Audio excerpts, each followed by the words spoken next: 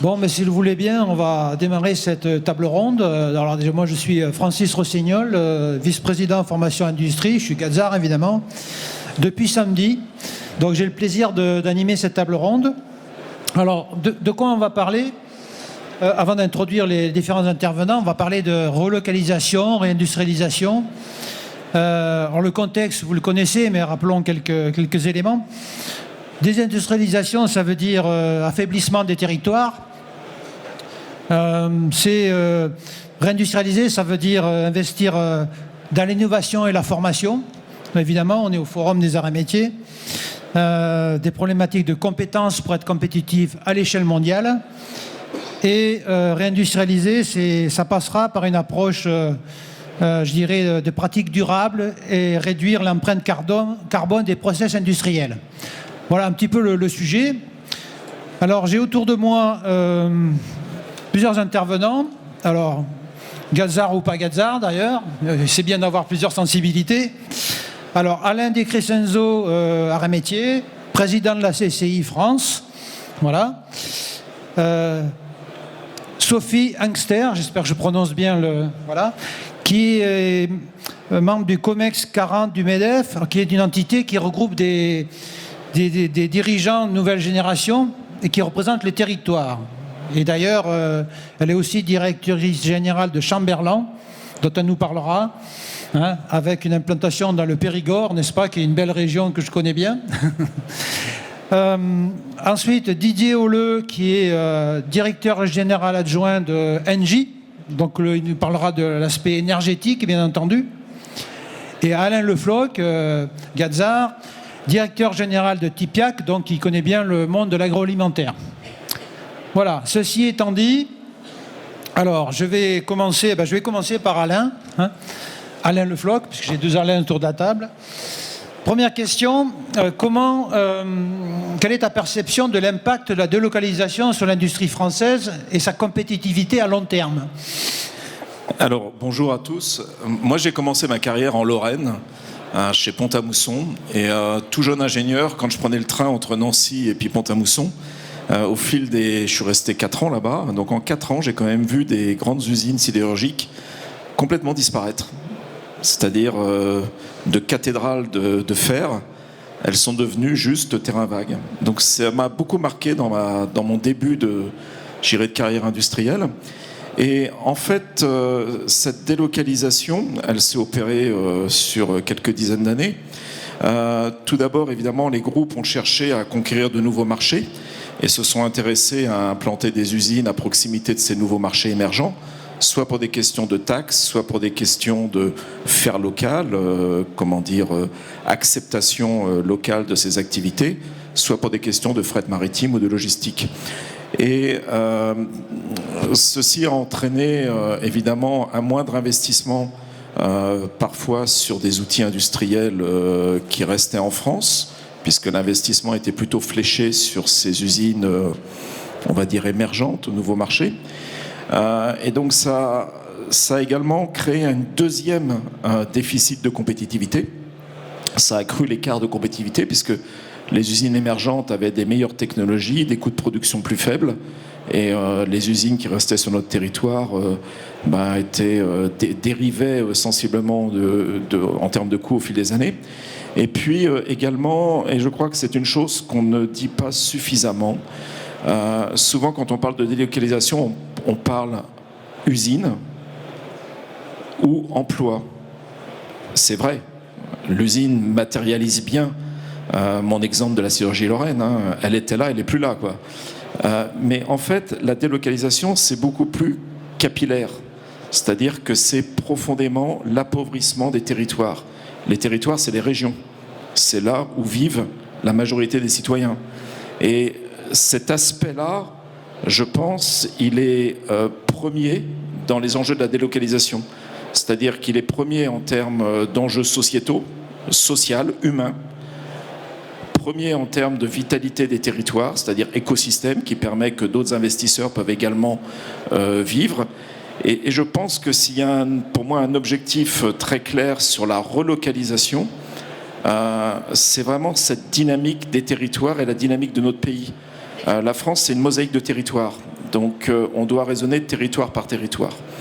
Et puis, dernier élément d'impact de la délocalisation, je crois qu'on l'a tous vécu au travers de la pandémie Covid, avec des supply chains mondiales qui ont été mises en péril, et parfois de façon tout à fait effrayante. Et donc la reprise de conscience de quelque chose qui finalement est assez basique, c'est-à-dire de ne pas mettre tous ses yeux dans le même panier, et donc la volonté ou la capacité ou la nécessité de réintégrer des activités sur nos territoires, et toujours dans cette vision de supply chain étendue. Voilà pour moi les enjeux principaux. Alors précisément, fort heureusement, on parle de relocalisation en France. Alors Alain Di Crescenzo, du coup, l'autre Alain, c'est quoi la tendance dans le paysage industriel aujourd'hui ? La tendance, je vais partir de ce que tu viens de dire, c'est que on a tellement pris, entre guillemets, une branlée donc pendant la période Covid, qu'on s'est dit il va falloir se remettre en cause, quoi. Ne pas savoir fabriquer des produits de première nécessité. Donc vous savez ce qui s'est passé sur le titane, sur l'école, sur les engrais, etc. On s'est dit on va réagir, et donc vous savez qu'on a lancé des plans très importants de réindustrialisation, les plans de relance, France 2030, 54 milliards d'euros. Et donc tout ça, si vous voulez, ça a permis d'infléchir une trajectoire qui était très mauvaise. D'accord ? Tu n'as pas donné les éléments, mais on avait en 1970, c'est pas si vieux que ça, à peu près 5,2 millions d'emplois industriels, on en a 3 millions. D'accord ? La part du PIB industriel était de 23%, elle est de 10%. Et il s'avère qu'en 1970, l'excédent du commerce extérieur était d'1 milliard, et aujourd'hui on perd 100 milliards. Et ça, c'est les biens. Donc si vous voulez, on s'est pris un gros coup de pied dans les fesses, des financements, l'envie de dérisquer, parce que je crois qu'il faut bien comprendre. Je veux dire que c'est vrai qu'en délocalisant, on peut gagner un peu d'argent, mais simplement quand on regarde le coût total d'acquisition, d'accord, et qu'on y met un facteur de risque, on s'aperçoit qu'il vaut mieux se rapprocher un petit peu. Donc tout ça fait qu'on a réindustrialisé notre pays. Alors, c'est quoi les résultats ? C'est récent, hein, puisque l'inflexion, elle date de 2020, globalement, on a commencé là. 2021, 2022, 2023, on a créé en net 150 usines, 130 000 emplois. C'était la première fois, si vous voulez, que l'on recrée de l'emploi industriel. Alors, il faut quand même, pour être tout à fait honnête avec vous, on a un petit problème premier semestre 2024, il faut s'en parler, puisque là on fait un peu de la destruction d'usines, parce que vous savez qu'on a un problème de contraction des marchés et de contraction, on le voit sur l'indice PMI industriel, mais je dirais que ça c'est vraiment conjoncturel aujourd'hui, j'espère qu'on va ressortir de là. Très bien, soyons optimistes. Alors Sophie, quels sont les principaux défis de la relocalisation ? Quelles sont les stratégies qui ont permis aux entreprises de réussir dans ce domaine-là, cette transition ? Ouais, alors comme le disait Alain, quand même, on n'a que 10% du PIB aujourd'hui dans l'industrie, alors qu'on était à 25% avant. On est les derniers de la zone euro. Enfin, les avant-derniers, juste après nous, il y a le Luxembourg. Donc j'ai envie de dire, c'est possible de réindustrialiser, puisqu'effectivement, avant, on était à 25%, et nos partenaires européens, comme l'Italie et l'Allemagne, sont loin devant nous. C'est important aujourd'hui de relocaliser, mais ça nécessite beaucoup d'efforts en termes de formation, d'accompagnement des entreprises sur les salaires, puisqu'on a aujourd'hui des charges qui sont très élevées. Et pour vous donner un exemple justement de cette pandémie, pourquoi on s'est retrouvés tous confinés jusqu'au 11 mai 2020, c'est juste parce qu'on n'était plus capable de fabriquer des masques en France. Des masques, truc super simple. Et des entreprises comme la mienne, chez Chamberlain, ont fabriqué des chaussures. On s'est mis à recruter, à racheter des machines. En l'espace d'une semaine, on est passé de 4 salariés seulement qui avaient le droit de travailler parce que les mamans étaient à la maison, à 40. On a déménagé d'usine, on a acheté une dizaine de machines et on travaillait de 5h à 22h tous les jours. Alors il y avait un formidable élan, c'est sûr, pour ça, mais dès le mois de juin, dès que les masques du Bangladesh, d'Inde ou de je ne sais où sont arrivés, tout s'est effondré et moi, tous les gens qu'on avait recrutés en CDD, ils sont repartis au chômage partiel. C'est-à-dire qu'aujourd'hui, on a un vrai besoin que l'État nous soutienne, parce que même les marchés locaux, le département, la région, achetaient à l'étranger pour quelques centimes. Et là, je ne vous parle pas de chaussures de luxe comme celles que je fais, qui sont évidemment pas accessibles à tout le monde. Je vous parle de masques qu'on vendait 2,20 €, alors qu'ils étaient peut-être vendus 2,12 € par nos concurrents étrangers sur des masques qui sont lavables 50 fois. Donc c'est une vraie volonté politique en fait de soutien aussi via l'achat public, parce qu'aujourd'hui c'est toujours le prix qui compte. Et si c'est uniquement le prix qui compte, ça ne peut pas changer, parce qu'on a fait le choix de payer les gens correctement, de leur donner 5 semaines de congés par an, de les faire travailler seulement 35 heures par semaine, alors que nous, en tout cas sur nos chaussures, on est en concurrence avec des gens qui travaillent 14 heures par jour, qui gagnent $2 par jour. Et donc en fait on joue à un jeu, mais pas avec les mêmes règles. Et à ce jeu-là, on ne peut que perdre. Donc il faut vraiment valoriser la qualité de ce qu'on fait et relancer un vrai effort de formation, puisque ces métiers-là, aujourd'hui, plus personne ne sait les faire.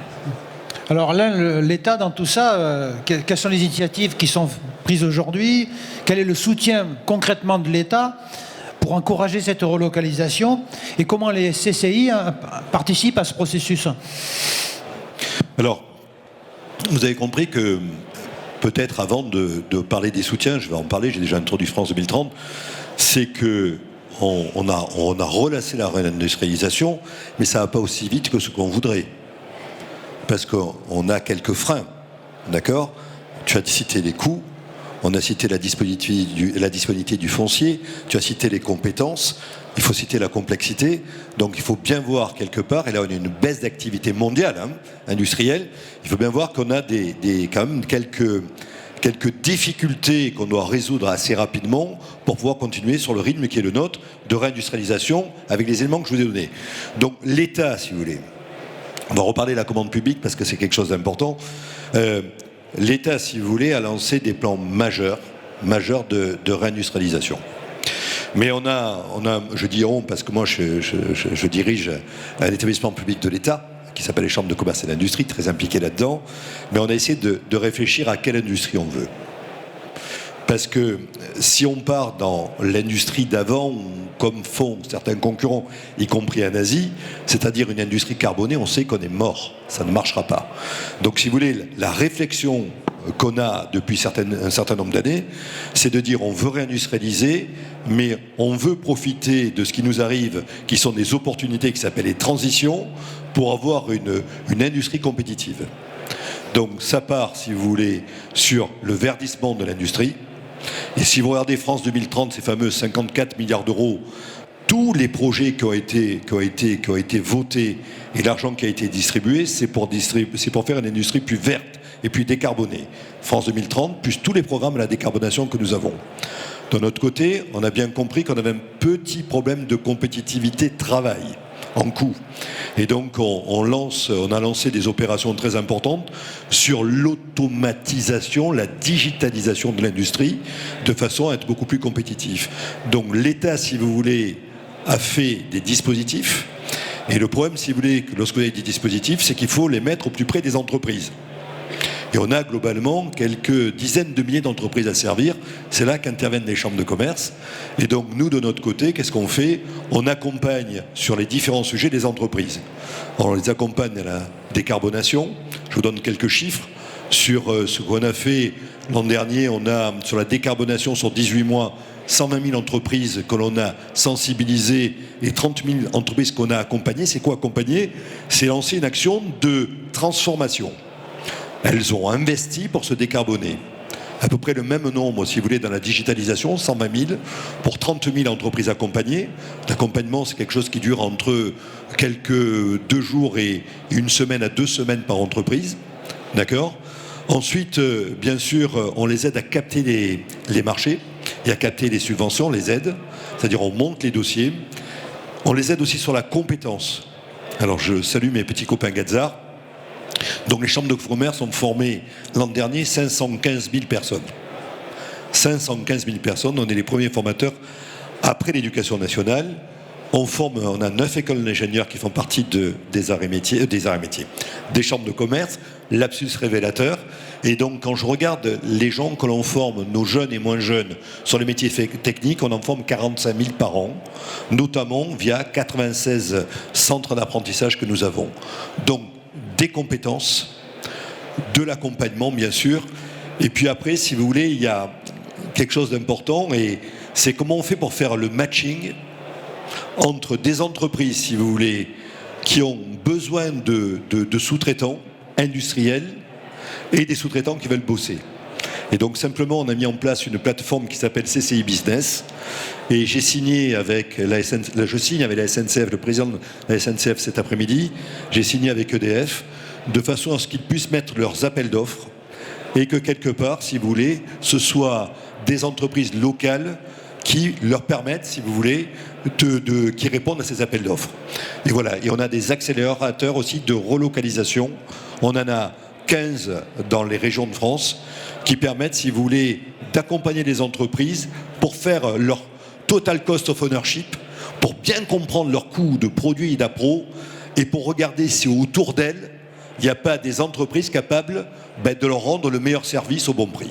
Alors ça fait une bonne transition avec une question autour des chaînes de valeur. Alors Alain, pour rester compétitif en France, qu'est-ce qu'il faut adapter d'essentiel, je dirais, sur la chaîne de valeur ?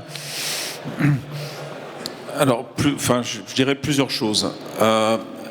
D'abord, moi, je crois que l'industrie, c'est une formidable aventure. Donc là, il y a beaucoup de jeunes dans la salle. Donc, je les invite à regarder cette aventure. C'est un game plutôt intéressant parce qu'il y a des métiers très différents, il y a des situations extrêmement diverses. Donc, ça vaut vraiment le coup de s'y intéresser. Concernant les supply chains, je pense que la question est bien posée parce que, comme je disais tout à l'heure, le sujet est évidemment l'usine, mais le sujet de compétitivité, c'est la supply chain, ou dit autrement, la filière. Dans toute industrie, l'industrie se situe dans une filière, et la compétitivité d'une industrie, c'est la compétitivité de la filière. La filière, c'est quoi ? C'est de l'alpha à l'oméga. C'est-à-dire comment je mets en œuvre des ressources pour générer un produit ou un service compétitif. Et donc, ça va de l'amont à l'aval. Et sur ces notions de supply chain, pour être compétitif, moi, je vais être pirate, Tipiak, mais ce que je pense, c'est que une industrie aujourd'hui, elle doit penser dans les deux dimensions, c'est-à-dire être compétitive sur son marché local, en ce qui nous concerne la France, mais être compétitive pour l'exportation. C'est-à-dire, je ne crois pas, ça peut être l'objet d'un débat, mais je ne crois pas qu'une industrie puisse être juste compétitive sur son marché local, sauf à être sur une niche. Voilà, ça existe, c'est respectable, mais dans la majorité des entreprises, je pense qu'il faut raisonner compétitivité marché local et compétitivité export. Ce qui veut dire qu'il faut avoir un coût compétitif, le total cost dont parlait tout à l'heure Alain. Et pour ce faire, il faut penser supply chain. Et c'est là que c'est sympa pour les ingénieurs, parce que supply chain, c'est à la fois une somme de coûts qui s'additionnent, dont on peut éliminer, et il faut éliminer tous les coûts qui ne servent à rien. Donc il faut repenser les choses, réinventer. Mais la supply chain, c'est aussi les stocks. Et les stocks, c'est de l'argent qui est bloqué là, qui coûte et qui ne sert à rien. Donc, il faut les virer. Et donc, il y a des vrais enjeux sympas, compliqués, mais sympas, pour réinventer cette industrie, ces filières, ces supply chains. La deuxième chose que je voulais dire, c'est que on est dans un monde, alors certains disent d'incertitude, moi je suis plutôt très positif, je ne suis pas quelqu'un qui a peur, mais c'est vrai qu'il y a beaucoup d'aléas. Et donc ça veut dire que repenser l'industrie, réintégrer l'industrie sur nos territoires, c'est également la paramétrer pour qu'elle puisse gérer des aléas de demande, essentiellement. Alors plus ou moins sévères, plus ou moins prononcés. Et ça, il faut l'intégrer dans la conception. Et c'est une différence majeure entre les anciens systèmes de production, filières de production, qui étaient plutôt sur des demandes certaines avec de la croissance, par rapport aux nouvelles filières de production qui, elles, doivent embarquer de façon native cette fluctuation. Et donc, pour gérer cette fluctuation, il faut faire appel soit à des logiciels avancés de planification, donc des dispositifs très avancés et très sexy pour les jeunes ingénieurs, soit également concevoir des usines ou concevoir des supply chains flexibles. Et là, on va sur les technologies de type 4.0, donc plus ou moins développées suivant les industries, avec des réflexions très fortes sur les frais fixes. Vous n'avez peut-être pas encore complètement intégré cette notion-là, mais ça veut dire des industries avec très peu de frais fixes pour pouvoir fluctuer à prix compétitif. Et puis la deuxième chose que je voulais dire, c'est l'enjeu de la main-d'œuvre, des employés. Je ne sais pas si ça durera éternellement, mais aujourd'hui, il y a une pénurie à la fois pour recruter des emplois qualifiés, mais même pour des emplois peu qualifiés. Et donc, ça signifie que dans toute réindustrialisation, toute reconception de filière, il faut trouver le bon mix entre la robotisation, l'automatisation et le niveau de compétence, le niveau humain, parce que l'acquisition de données, le niveau humain nécessaire. Et ça, je pense que c'est un enjeu aussi très important dans la conception de ces nouvelles filières et notamment dans le rôle des ingénieurs. Trouver cette bonne balance, qui est une balance financière, mais pas que. C'est une balance d'être capable de faire les choses dans des conditions de forte demande ou dans des conditions de faible demande. Et enfin, sur l'emploi, ce que je voulais dire, c'est que cette réflexion, elle doit se faire en inventant des nouveaux rythmes de fonctionnement. Avant, une usine, c'était 2-8, 3-8, 5-8, voilà, bon, c'était... Alors, il y avait des variations, mais c'était quand même assez... Aujourd'hui, c'est beaucoup plus subtil. Et donc, ça veut dire que ce qu'on appelle l'organisation du travail, c'est également une science à part entière, épaulée par les technologies 4.0, épaulée par l'AI, épaulée par la flexibilité du travail.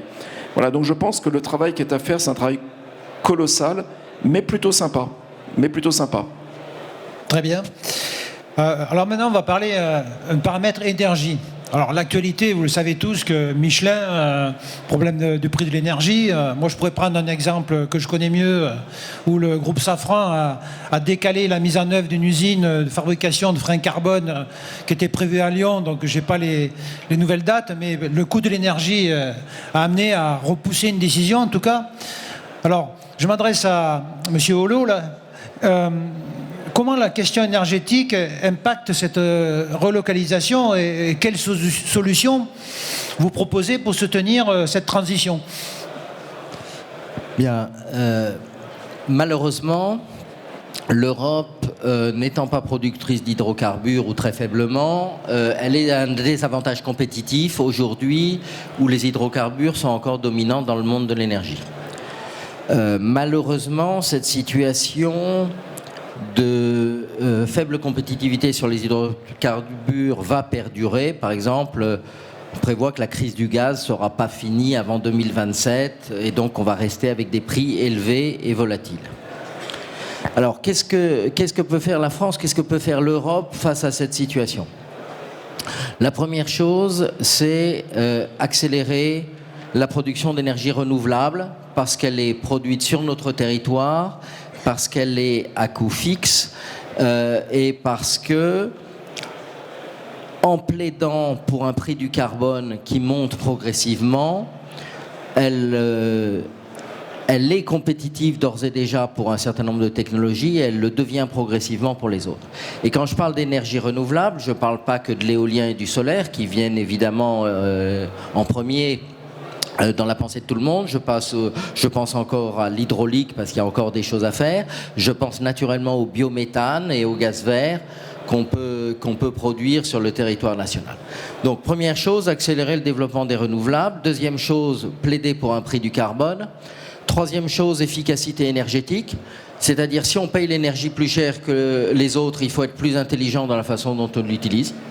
Et là, je m'adresse aux ingénieurs pour dire, en efficacité énergétique, il y a encore énormément à faire. Il y a énormément à faire en réutilisation de chaleur fatale dans toute une série d'industries, dans toute une série de process.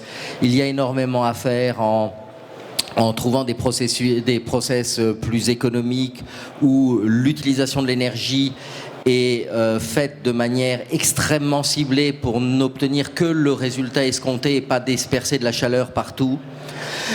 Donc l'efficacité énergétique reste un domaine dans lequel on a énormément besoin d'ingénieurs, d'investisseurs, dans lequel évidemment nous, ENGIE, à travers notre branche ENGIE Solutions, on aide beaucoup d'industriels à faire ça. Et puis un dernier sujet que je voudrais évoquer, qui est aussi très très riche de possibilités pour les ingénieurs, mais qui est aussi une source de profit considérable. Je l'ai dit, les prix de l'énergie vont devenir de plus en plus volatiles. Nous tous, nous sommes des industriels. Si on nous demande est-ce que vous avez envie de faire varier votre production, votre process au cours de la journée, la réponse c'est si on peut l'éviter, on l'évite. On préfère produire de manière stable, les machines qui tournent à la même fréquence, etc. Maintenant, si je vous dis demain, vous aurez dans la même journée des heures où l'électricité vaudra 500 € le mégawattheure et des heures où l'électricité aura un prix négatif. C'est-à-dire on vous paiera pour la consommer. Et bien là, brusquement, vous allez mettre votre ingénieur des arts et métiers au boulot. Vous allez lui dire, mon petit gars, comment on fait pour que notre consommation d'électricité, on puisse la décaler dans la journée pour consommer quand ça vaut rien et pour ne pas consommer quand ça vaut 500 €. Et là, il y a tout un potentiel tout à fait considérable de flexibilisation de la consommation d'énergie, parce qu'il ne faut pas se faire d'illusions. Si demain, une bonne partie de notre électricité est fournie par le vent et le soleil, il faudra consommer l'électricité quand il y a du vent et du soleil. Bien sûr, on pourra aussi en consommer ailleurs, à d'autres moments, grâce aux batteries, grâce aux stations de pompage turbinage, grâce aux centrales à biogaz, grâce à toutes sortes de solutions. Mais il faudra massivement qu'on consomme quand l'électricité ne vaut rien, parce que les éoliennes tournent à plein. Donc on va faire travailler les ingénieurs quand il y a du vent et du soleil la nuit, alors si je comprends bien. Quand même pas, il ne faut pas leur faire peur. Non, mais qu'ils inventent les processus, qu'ils inventent les procédés, qu'ils mettent au point le système automatique qui va faire qu'on va déconnecter l'appareil en pleine nuit éventuellement, ou le connecter parce qu'effectivement les éoliennes tournent et qu'il n'y a pas de consommation et que donc l'électricité ne vaut rien. Ça, oui, on ne va pas leur demander de venir la nuit tourner l'interrupteur. Tout ça sera dans une usine 4.0, ça sera automatisé en fonction des données sur les éoliennes qui tournent ou pas. Très bien, donc là on est dans la notion d'industrie responsable. Ça tombe bien, c'est le positionnement des arts et métiers, est clairement affiché. Alors, qui dit responsable dit responsabilité sociale des entreprises, RSE. Alors, quels sont les enjeux autour de ça liés à la relocalisation ? Alors, sur ces sujets-là, on a des gros collectifs d'entreprises qui travaillent aujourd'hui, notamment la CEC, la Convention des entreprises pour le climat, avec laquelle on avait beaucoup travaillé au MEDEF. Et en fait, l'idée, c'est effectivement de relocaliser, mais de fabriquer mieux. Donc en fait, si je prends l'exemple de la mode, parce qu'il est facile et qui parle à tout le monde, aujourd'hui on est dans une consommation de mode jetable qui vient de l'autre bout de la planète, fabriquée avec de l'énergie qui est carbonée, fabriquée par des femmes, voire des enfants dans des conditions innommables. Donc d'un point de vue sociétal, ça ne va pas non plus. Donc effectivement, en relocalisant avec l'énergie décarbonée qu'on a la chance d'avoir sur notre territoire, avec des gens qui sont payés correctement et qui vivent en ruralité pour donner de l'emploi sur tous les territoires, parce que c'est ça que fait l'industrie aujourd'hui, c'est permettre à des femmes et des hommes de travailler dans les campagnes et de pas forcément aller dans les villes. À partir de ce moment-là, on est dans un cercle qui est beaucoup plus vertueux. Par contre, il faut valoriser ça.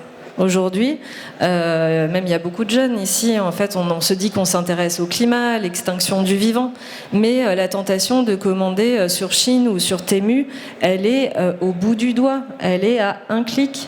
Et forcément, on a du mal aujourd'hui à privilégier un t-shirt à 2 € par rapport à un t-shirt à 30, 40 € qui est fabriqué en France.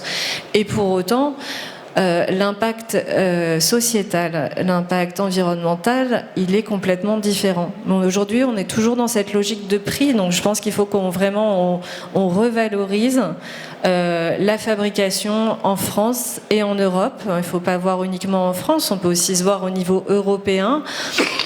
La possibilité de fabriquer dans des conditions qui sont ce que nous, on veut pour nous. Je reviens toujours à ça. Aujourd'hui, on importe des produits qui ne respectent pas les règles que nous-mêmes nous sommes fixées.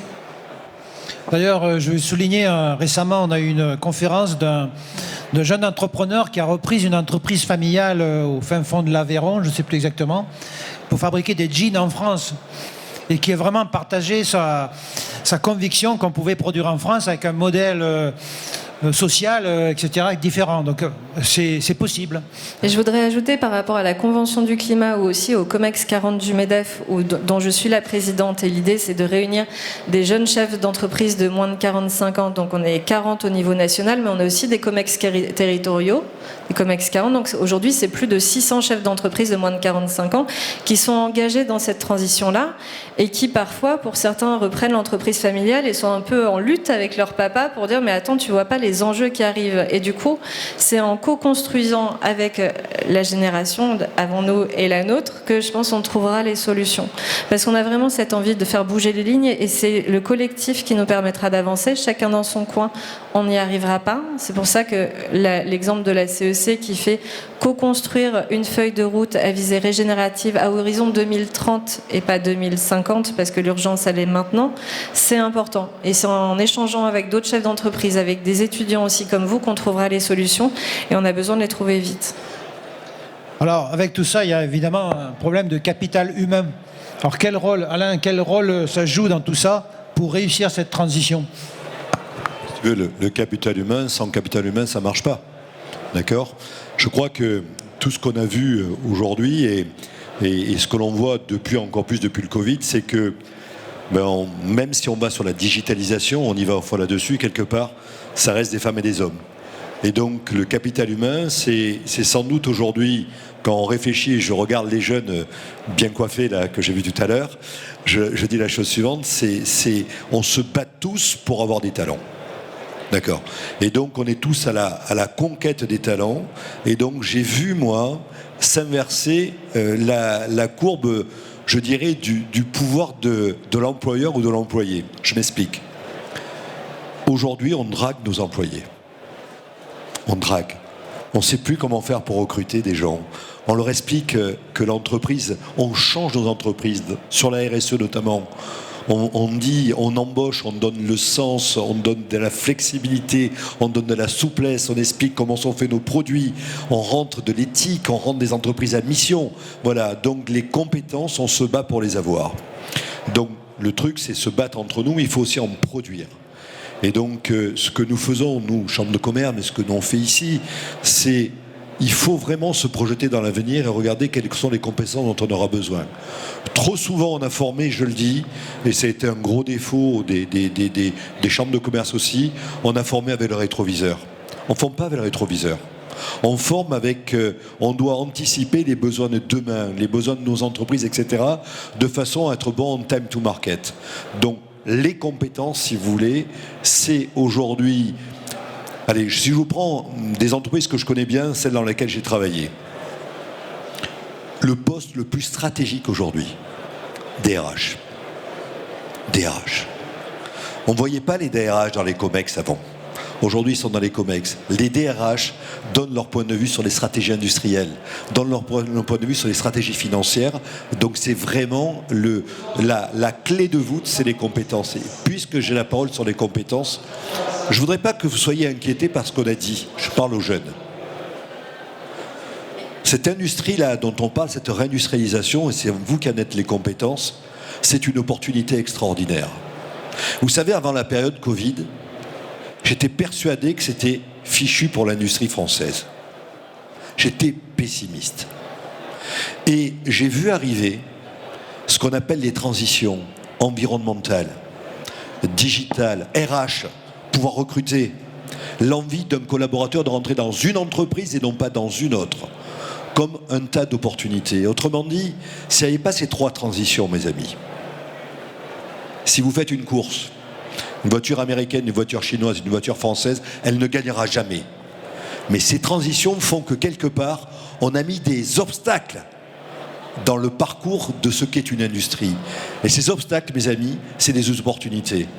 Et donc, vous qui êtes ingénieur aujourd'hui, vous allez avoir ce challenge extraordinaire grâce à des éléments vertueux comme la transition environnementale, comme la transition RH, comme une transition digitale avec un IA positif. Vous allez construire l'industrie de demain. Et ça repose sur vous. Donc ne soyez pas inquiets par le fait qu'on soit planté pendant des années.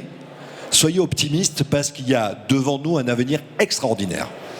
Alors, on va terminer sur cette question. Je laisserai la parole à celui qui veut bien répondre. Un arrêt métier, là, dans tout ça, c'est quoi sa facteur de différenciation ? Je pense qu'on a parlé du rôle des ingénieurs. En quoi un arrêt métier peut contribuer, peut-être plus que d'autres, je ne sais pas, qui permet de faire la différence ? Qu'est-ce qui nous caractérise, qui nous donne des forces sur ce sujet-là ? Alors, je vais avoir l'outrecuidance, moi qui ne suis pas des arts et métiers, Mais à ma décharge, un de mes enfants est arts et métiers et a épousé une Gazar également. Donc je ne suis pas complètement perdu pour la patrie. Je pense que le gros avantage des ingénieurs des arts et métiers, c'est d'abord la capacité qu'ils ont à réellement aller sur le terrain, régler la machine eux-mêmes quand il le faut, régler le problème et pas se contenter au cours d'une réunion de dire il faudrait faire ci ou il faudrait faire ça. C'est donc un solide pragmatisme et une capacité à aller sur le terrain, régler le problème. Deuxièmement, c'est la polyvalence. Je vais prendre juste un exemple. Le développement du biométhane, ça a l'air très simple. Comme ça, vous mettez un méthaniseur, vous mettez des déchets agricoles dedans et ça produit. Sauf qu'en réalité, ça nécessite évidemment de l'électrotechnique. Ça nécessite de la mécanique pour brasser tout ça. Ça nécessite évidemment une régulation, donc de l'IT industriel. Ça nécessite de connaître un peu de biologie, parce que derrière, c'est les bactéries qui font le boulot. Ça nécessite de connaître un peu de chimie, parce que le gaz, il faut le purifier à la fin. Et donc, cette polyvalence, cette capacité à embrasser l'ensemble des problèmes, à comprendre les mécanismes qui se passent, et avoir une vision d'ensemble pour intervenir là où il faut et faire que l'installation de biométhane marche à la fin, je pense que ça, c'est une des caractéristiques des arts et métiers qui nous sera très utile dans cette transition. Le deuxième sujet que je voudrais dire, c'est que aujourd'hui, notamment dans le domaine de l'énergie, alors en particulier chez Engie, mais pas uniquement, vous avez l'avantage de contribuer réellement à l'intérêt commun, c'est-à-dire le développement des renouvelables, le développement des énergies non carbonées. Ça permet à la fois à nos concitoyens, mais aussi à tous les industriels de France, de consommer de l'énergie sans émettre de CO2 fossile, qui est notre problème dominant. Et donc ça, c'est un aspect important. Et le troisième, c'est la variété des carrières que vous pouvez faire, parce que vous êtes polyvalent au départ, parce qu'un groupe comme le nôtre a beaucoup d'activités variées, aussi bien Engie Solutions chez les industriels que la pose d'éoliens offshore, que la construction de biométhane ou de stockage de gaz, ou d'hydrogène, vous allez avoir l'occasion d'avoir des parcours de carrière variés où vous utiliserez l'ensemble de vos compétences. Très bien. À moins que quelqu'un d'autre a rajouté sur le sujet, mais je crois que... Sur l'ingénieur, peut-être à Rémétier, peut-être deux mots. Ouais, hein. ouais. Donc, simplement vous dire, vous êtes... Tout ce que tu as dit, c'est exactement ce que je pense. J'ajouterai 2 points. Vous êtes des ingénieurs industriels et la préoccupation du moment, c'est l'industrie. On sait pertinemment qu'un pays qui n'est pas industrialisé, proprement bien sûr, est un pays qui va mourir et qui va décliner. Donc vous êtes au cœur des préoccupations. Et deuxièmement, ce qui fait votre force, pour bien vous connaître et pour avoir un fils qui est toujours dans la partie, c'est l'équipe, la meute que vous avez formée. C'est la communauté. Et ça, si vous voulez, je reviens sur le RH. Vous avez déjà une expérience ressources humaines, dans la façon que vous avez de vivre ensemble, et ça, c'est une grande force des arts et métiers. Et donc, en tout cas, je m'en rappelle toujours, en tout cas, moi, dans ma vie, ça m'a beaucoup aidé. Très bien. Ouais, moi, je m'inscris dans tout ce qui vient d'être dit. Je vais essayer de le dire différemment, mais je pense qu'au fond, c'est la même chose. Je ne pense pas que ce soit propre qu'aux arts et métiers, en tout cas, je l'espère, compte tenu des défis qu'il y a à relever. Il faut que tous les ingénieurs arts et métiers soient mobilisés, mais d'autres également. Je pense que c'est 3 choses. Moi, j'ai toujours été attentif à ça dans mon entourage, dans mes équipes, dans les recrutements. C'est que chacun d'entre vous, vous ayez 3 caractéristiques. La tête, pour penser, concevoir, voir, projeter, imaginer. Donc la tête. Et votre parcours académique vous donne cette capacité. Je pense qu'il y a le cœur. Le cœur, c'est essentiel parce que c'est ce qui permet d'embarquer, ce que disait Alain, d'embarquer autour de vous des équipes, des parties prenantes. On pense aux équipes, mais c'est aussi les parties prenantes. Ça peut être un préfet, ça peut être un sous-traitant, ça peut être quelqu'un dont vous avez besoin pour développer un programme de R&D. Donc le cœur, c'est essentiel, c'est la partie chaude du métier. Souvent, le métier peut être vu froid au travers des technologies, des savoir-faire. Le cœur, c'est la partie chaude.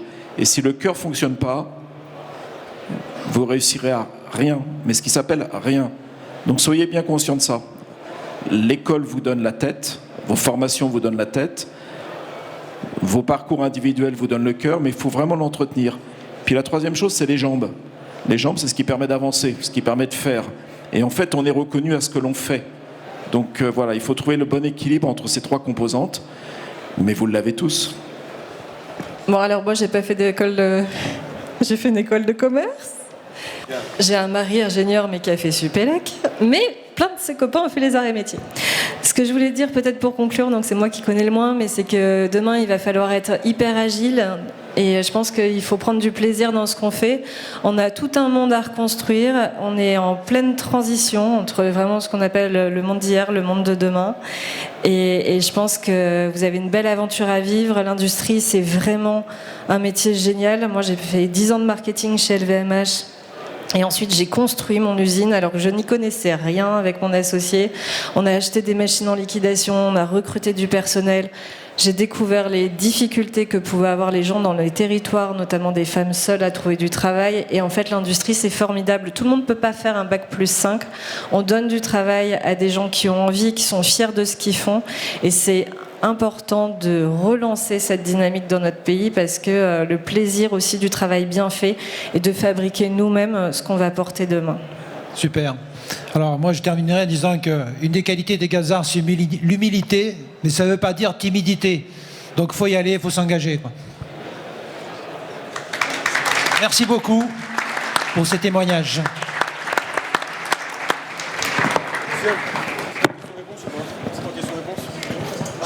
Si dans le public, des étudiants ont des questions, je vous invite à les poser maintenant. Je peux faire passer un micro.